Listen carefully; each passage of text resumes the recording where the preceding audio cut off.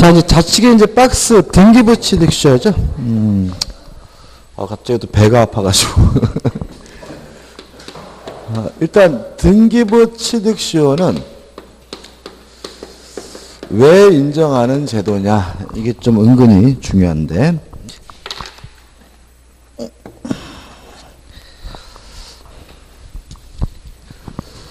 공신의 원칙을 부정하는 민법을 보완하는 제도다. 이걸 좀 머릿속에 기억해 두시면 문제 푸실 때 편합니다. 왜냐하면 등기부 취득시효는 점유 취득시효와 같이 공부하지만 관계가 없어요. 그래서 이게 공신의 원칙과 관련되기 때문에 공신의 원칙을 부정한다는 내용과 등기부 취득이 함께 문제가 출제가 되고요. 요건은 타인의 부동산을 점유하고 있고 등기하고 있는 사람은 10년 지나면 소유권을 취득하게 되는데요. 이게 뭐죠? 등기부 취득시효고, 요건은 자주이고 평온하고 공연해야 된다는 점은 같은데 선이고 무과실이어야 합니다. 물론 뭐죠? 자주점이고 평온하고 공연해야 되거든요.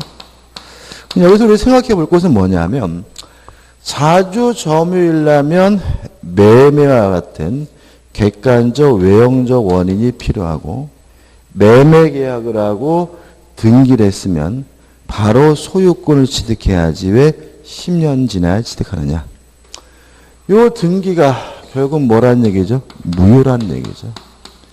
무효이기 때문에 뭐가 없습니까? 소유권이 없는데, 다만 몇 년 버티면요? 10년 버티면 소유권을 갖는다. 이런 취지입니다. 예를 들어서 갑이 소유하고 있는 A 토지를요, 을이 아무런 권한도 없이 서류를 위조해가지고 자기 앞으로 등기를 했어요. 그러면 을의 등기는 뭐죠? 무효죠. 무효고. 그래서 을이 병한테 이 땅을 팔았습니다. 팔고 을이 병에게 임도제 해주고 이전 등기해서 병은 점유도 하고 있고 등기도 하고 있고요. 병이 을의 등기가 무효라는 사실에 대해서 선이고 무과실이에요. 그래도 병은 뭐가 없는 거죠? 소유권이 없다. 왜냐하면 우리는 등기에 대해서 무엇을 인정하지 않죠? 공신의 원칙을 인정하지 않아요. 따라서 을의 등기가 무효면 아무리 병이 을의 등기를 믿고 거래했더라도 보호받지 못해요.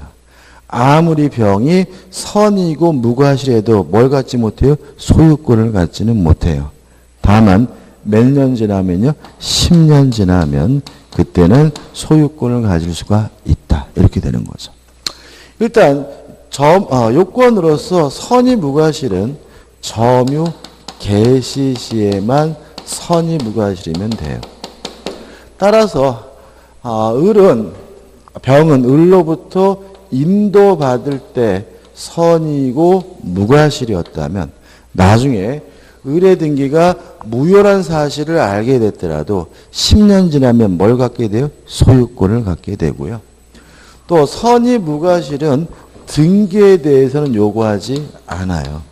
따라서 이 사람은 인도를 받을 때는 선이 무과실이었지만 이전 등기를 받을 때는 을의 등기가 무효라는 사실을 알고 있었다 하더라도 병은 10년 지나면 뭘 하게 됩니까? 소유권을 취득하게 되는 거죠. 따라서 언제 선이 무과실이면 돼요? 인도를 받을 때, 점유를 개시할 때만 선이 무과실이면 됩니다. 그 다음에 요 병의 등기는 무효죠.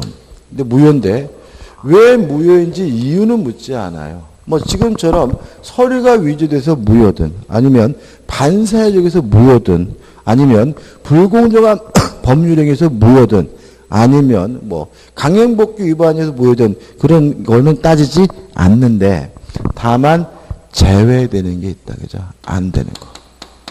뭐냐면 후보전 등기죠. 후보전 등기를 기반으로 해서는 뭐 하지 못합니까? 등기부 취득시효하지 못한다. 이 중으로 보존 등기가 되면 선 보존 등기가 유효하죠. 후 보존 등기는 무효죠. 근데 후 보존 등기를 기반으로 해서는 10년 지나더라도 뭐 할 수 없어요? 등기부 취득 시효할 수가 없습니다. 근데 마지막으로 10년간 점유도 하고 등기도 해야 되는데 이 10년을 꼭 한 사람이 다 해야 되느냐? 이 문제에 대해서 우리 판례는 등기 기간에 대한 승계를 인정합니다. 따라서 꼭 자기 이름으로 10년 동안 등기하고 있을 필요는 없고요. 앞 소유자와 앞명의자와 합산해서 10년이 되면 돼요. 이런 의미죠. 병이 또다시 정에게 팔았어요. 그래서 정은 점유도 하고 있고 등기도 하게 됐거든요. 만약에 10년 지나서 팔았다면 이미 병이 뭘 가졌어요? 소유권을 가졌으니까 정은 당연히 뭐죠? 소유권을 갖는 거죠. 근데 만약에 예를 들어서 7년 지나서 정에게 팔았다면 이때 정은 3년 지나면 뭐 할 수 있죠? 등기부 취득시효할 수 있다는 거죠.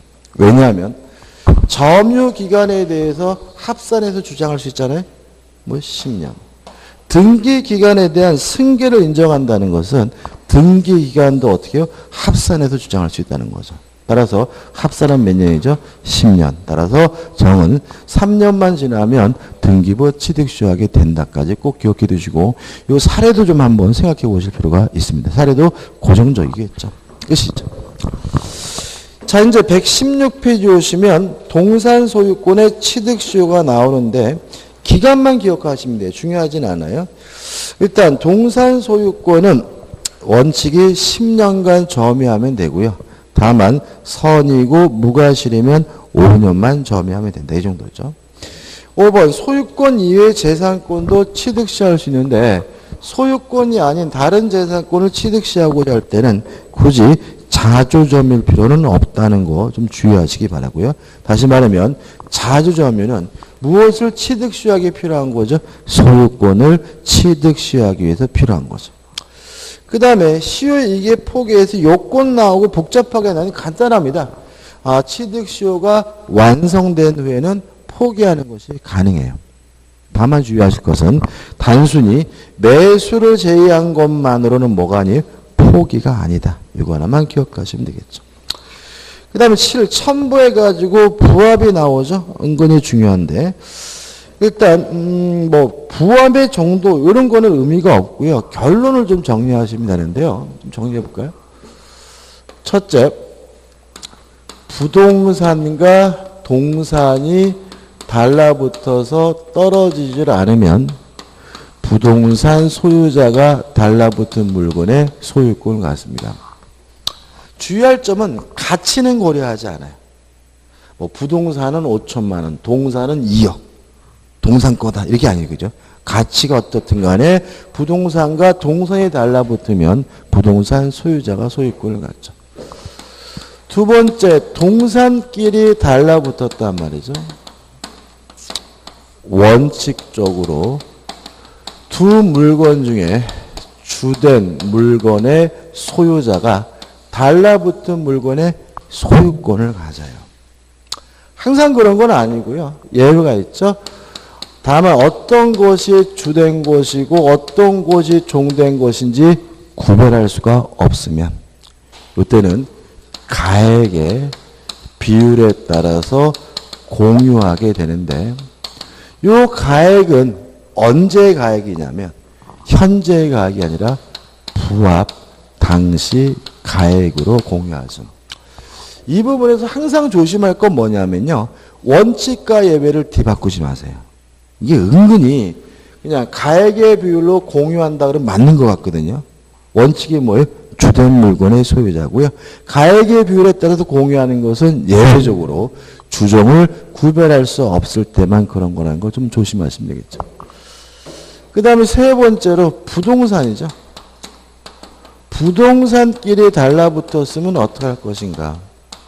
부동산끼리 달라붙은 가장 대표적인 것이 뭐냐면 증축된 경우인데 원칙적으로 부합을 하지만 증축된 부분이 구조상, 이용상, 독립성이 있으면 이때는 뭐 하지 않습니까?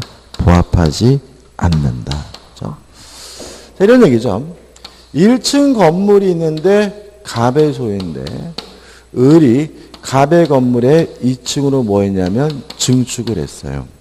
그러면 원칙에 따라서 부합한다는 말은 을이 증축했더라도 갑의 소유가 된다는 얘기죠. 근데 만약에 증축된 부분이 출구가 독립되어 있어요. 구조상, 이용상 독립성이 있으면 뭐 하셨습니까? 부합하지 않으니까. 이때 누구 거가 되죠? 을 거가 되죠. 이게 제일 중요합니다. 그죠? 이게 실제로 을이 왜 남의 건물에 증축할까요? 가장 일반적인 것이 전세권자가 증축하거나 임차인이 뭐죠? 증축하거나 이런 거기 때문에 이 부분은 전세권, 임차권과 결합돼서 나올 수도 있고요. 또 이 건물에 저당권이 설정이 됐을 때 이 저당권이 2층까지 미치느냐 이 문제가 있기 때문에 이것도 또 어디에요? 저당권에서도 나올 수도 있어요. 일단은 원칙적으로 부합하지만 구조상, 이용상 독립성 있으면 뭐하지 않죠? 부합하지 않습니다. 네 번째로 토지와 수목이죠. 남의 땅에다 나무를 심었어요. 원칙적으로 부합합니다. 따라서 이 수목은 누구 거가 되냐면 땅 주인 거가 돼요. 다만 권원이 존재한다면 그때는 부합하지 않습니다. 이런 얘기죠. 갑의 땅에다가 을이 나무를 심었어요. 그럼 이 심은 나무는 원칙적으로 뭐가 돼요? 부합을 하니까 을이 심었다 하더라도 누구 거죠? 갑의 나무인 거죠. 다만 을이 왜 나무를 심었냐면 이 토지에 대해서 지상권이 있거나 임차권이 있다. 다시 말하면 뭐가 있으면요?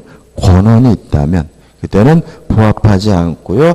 갑의 나무가 아니라 누구가 되죠? 을의 나무가 되는 거죠. 그 다음에 5번 제일 많이 나오죠. 토지와 농작물이죠. 남의 땅에다가 농작물을 경작했어요. 무조건 뭐죠? 부합되지 않습니다. 따라서 경작자 거죠.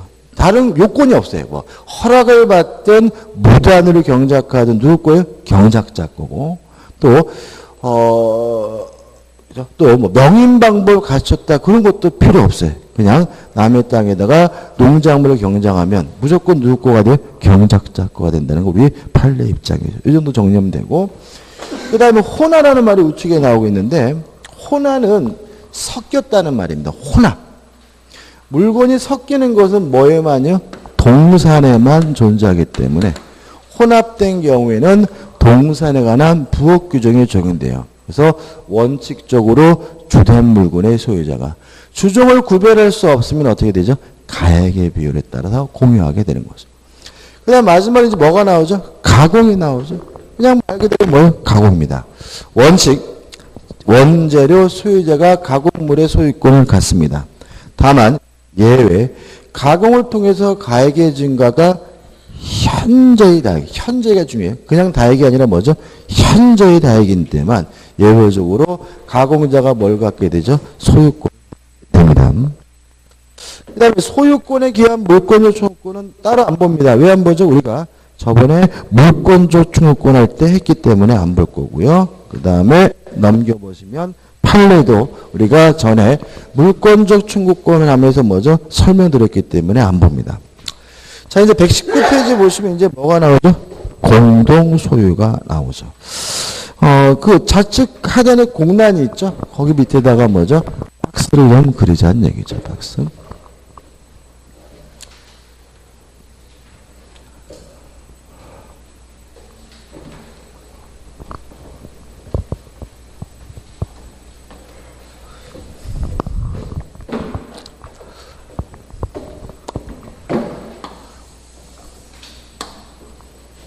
대부분 다 그리셨죠? 그죠? 그래도 저는 설명을 드려야 되니까 다시 한번 또 그리겠습니다.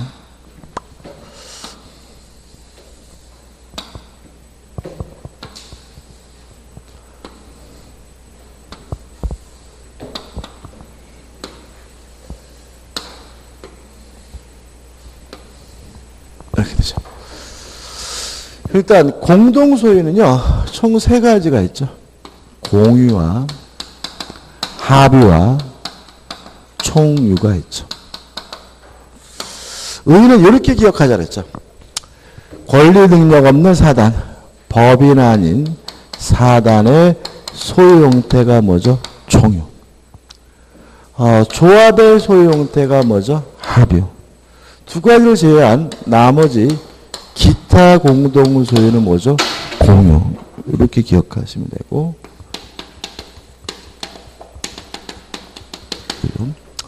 그 다음에 이제 법인 아닌 사단이 뭐냐? 의의는 뭐죠? 조직과 체계는 완벽히 갖췄지만 설립 등기를 안 하고 있는 사람의 모임이 뭐죠? 법인 아닌 사단이고요. 아마 공시법 시간에 굉장히 다양하게 배웠죠, 그죠? 근데 우리 민법은 두 가지만 잊지 말자, 그죠? 교회와 종중이죠. 그럼 이렇게 되는 거죠. 교회 재산은 목사님의 개인 재산이 아니라 신도들의 공동 소유인데 그 형태가 뭐죠? 총유다. 종중 재산도 종중 대표의 개인 소유가 아니라 종원들의 뭐죠? 공동 소유인데 그 형태가 뭐죠? 총유다. 이렇게 되고 그 다음에 조합의 가장 대표인 것은 뭐죠? 동업자죠. 의의는 공동의 목적만 있을 뿐 아무런 조직도 체계도 없는 사람의 모임을 조합이라고 하고 민법상 가장 중요한 조합은 동업자고 조합계약하면 뭐죠? 동업계약을 의미한다는 거 생각해 보셔야 되겠죠. 그 다음에 특징들인데 첫 번째 특징 지분이 있느냐. 물론 공유 지분이 있고요. 합유 지분이 있지만 총유는 뭐가 없죠? 지분이 없다.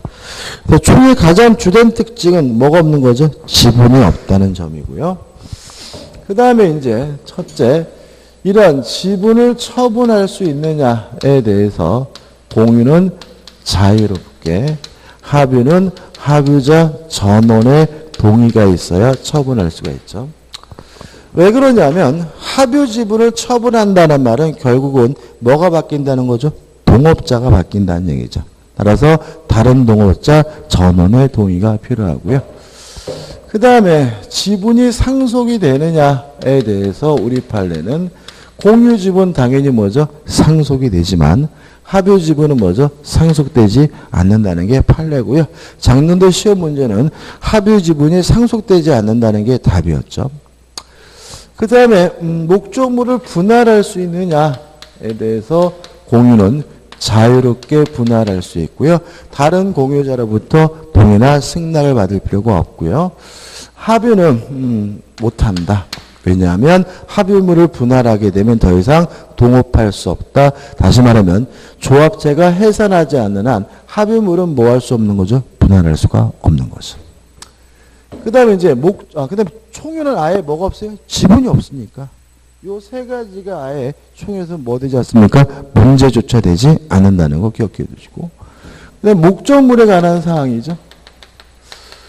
목적물에 관한 보존행위는 공유든 합유든 단독으로 합니다. 목적물에 관한 이용, 계량 행위와 같은 관리 행위는 공유든 합유든 지분의 과반수로서 합니다. 가끔 이런 걸 내봐요. 공유자의 과반수로 결정한다.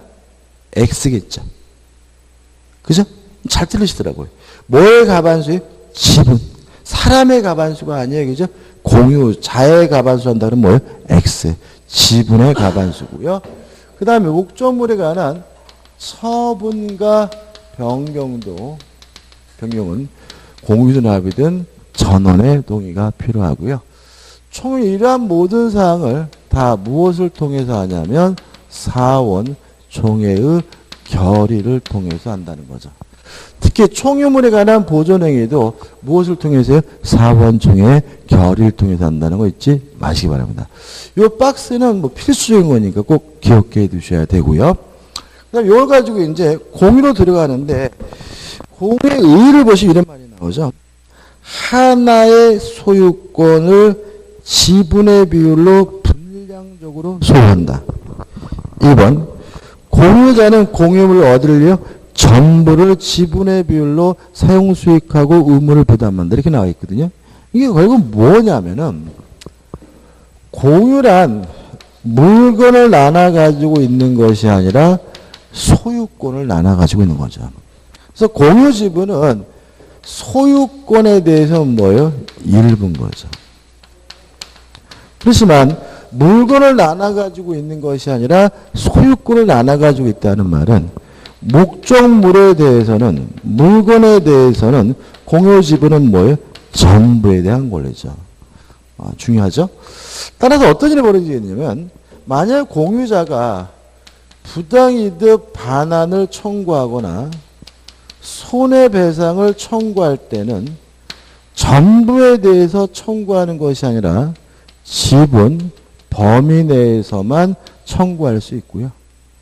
또 목적물에 대한 반환을 청구하거나 방해, 배제를 청구할 때는 지분 범위 내에서 하는 것이 아니라 어떻게 해요? 전부에 대해서 반환 청구하고 전부에 대해서 방해, 배제를 청구한다는 점이죠. 그래서 실제로 이제 시험 문제는 이제 어떻게 되냐면 요 목적물에 관한 요 부분하고 요 공유 지분의 성질을 가지고 이제 뭐죠? 사례로 만들어서 시험 문제가 나오게 되고요.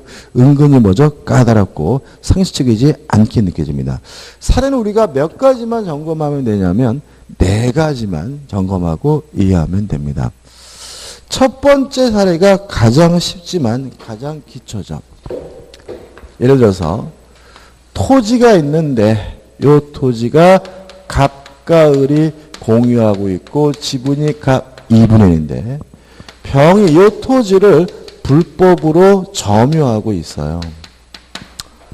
일단 갑은 병에게 단독으로 반환을 청구할 수가 있습니다.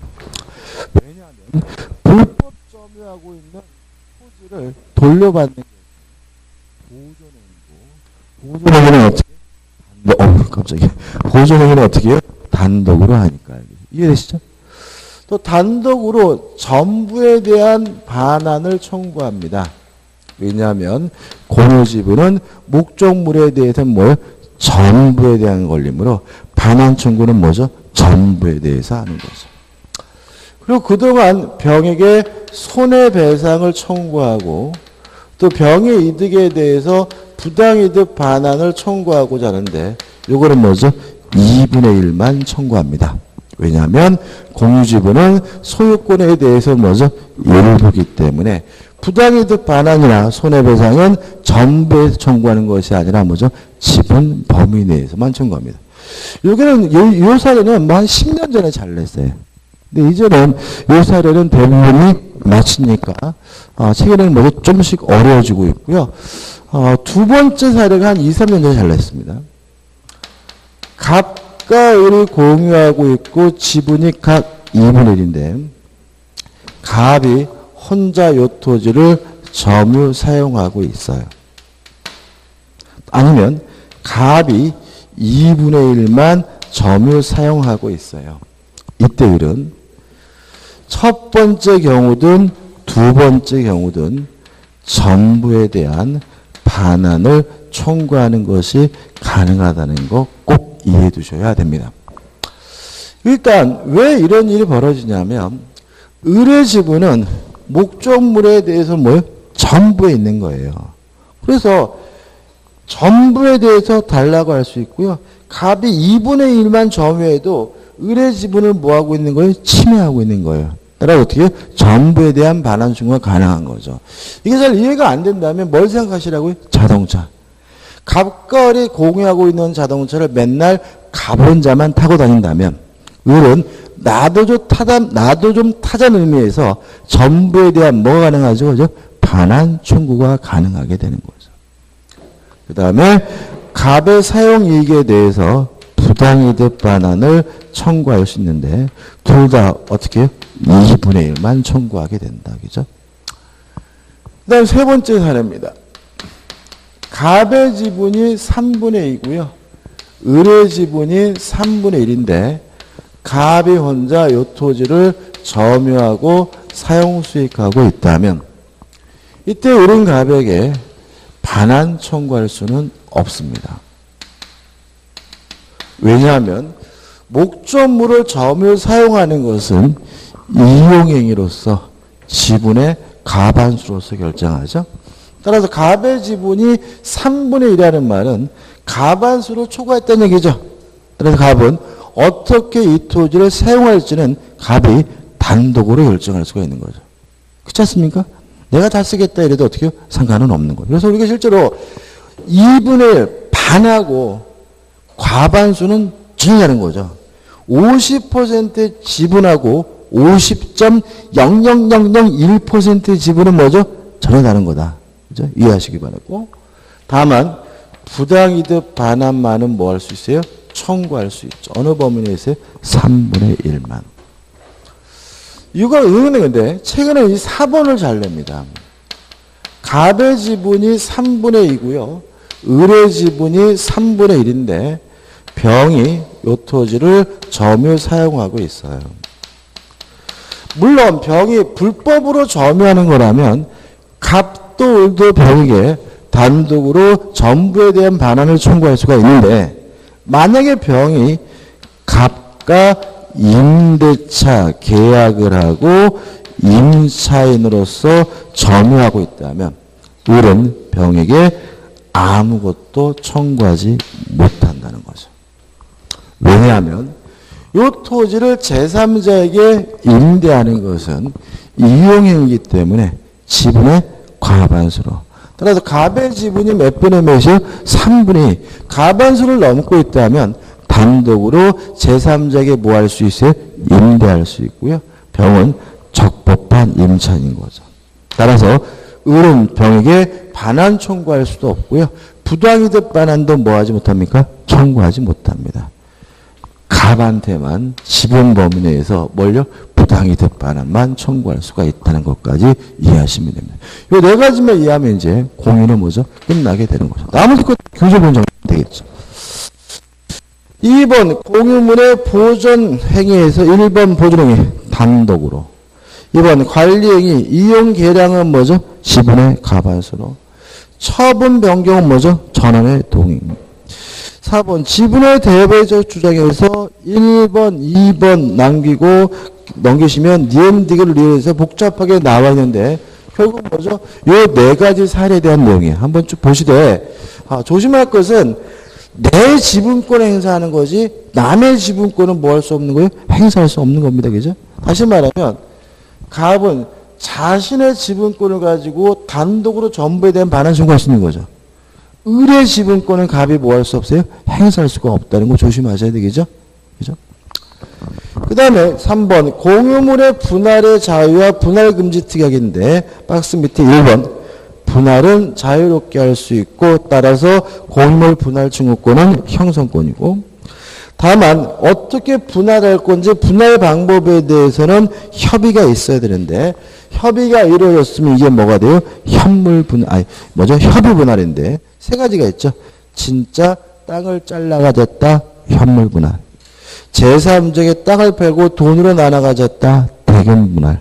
공유자 중 한 사람이 소유권을 다른 사람에게 돈으로 줬다. 이게 뭐죠? 가격 배상에 의한 분할이고요. 유의하실 것은 협물 분할은 법적 성질이 교환이죠. 또 대금 분할이나 가격 배상은 법적 성질이 뭐죠? 매매죠. 그럼 결국은 두 가지 다 뭐예요? 법률 행위죠. 계약에 의한 물권 변동이니까 가락에 나오는 것은 등기해야 비로소 뭐죠? 분할의 효과가 생기는 거죠. 왜요? 법률에 의한 물권 변동이니까.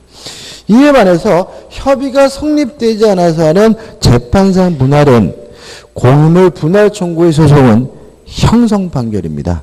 따라서 형성 판결이기 때문에 뭐 하지 않아도요? 등기하지 않아도 효과가 생기고 그래서 동그랗게 띠게 돼서 판결 확정식 분할의 효력이 어떻게 발생한다 이렇게 나와있죠. 방법은 똑같습니다. 재판상 분할도 현물 분할이 원칙이 돼 현물로 분할하기 어렵다면 대금 분할을 명령할 수가 있죠. 3번 공유물 분할의 효과해 가지고 1번, 2번이 나오고 3번에서 지분의 비율로 매도인의 무엇을요? 담보 책임을 부담하게 됩니다. 왜냐하면 공유물 분할은 어차피 매매 아닌 뭐죠? 교환이기 때문에요. 그 다음 우측에 보시면 판례가 나와 있는데 판례도 계속해서 설명드린 거니까 한번 보시면 될 것 같고, 그 다음에 뭐죠? 합유죠. 합유는 교재 안 봐도 되죠. 이거죠. 동업자 같은 조합의 소유 형태가 뭐죠? 합유. 지분이 있지만 지분을 처분하려면 전원의 동의가 필요하고요. 합유 지분은 상속되지 않고 분할할 수가 없습니다. 다만 목적물에 관한 사항은 공여와 어떻게 해요? 같다. 이렇게 정리하면 되겠죠. 그 다음 넘겨보시면 뭐가 나오죠? 총유가 나오죠. 총유도 이거죠. 교회나 종중과 같은 법인 아닌 사단의 소유 형태가 총유인데 총유의 가장 주된 특징은 뭐가 없죠? 지분이 없다는 점. 그 다음에 목적물에 관한 모든 사항은 다 무엇을 통해서 합니까? 사원청의 결의를 얻어서 하게 된다는 거 주의하시면 되겠죠. 오늘 여기까지고요. 다음 주에 제한 물건을 들어가도록 하겠습니다. 오늘 수고 많으셨습니다. 고맙습니다.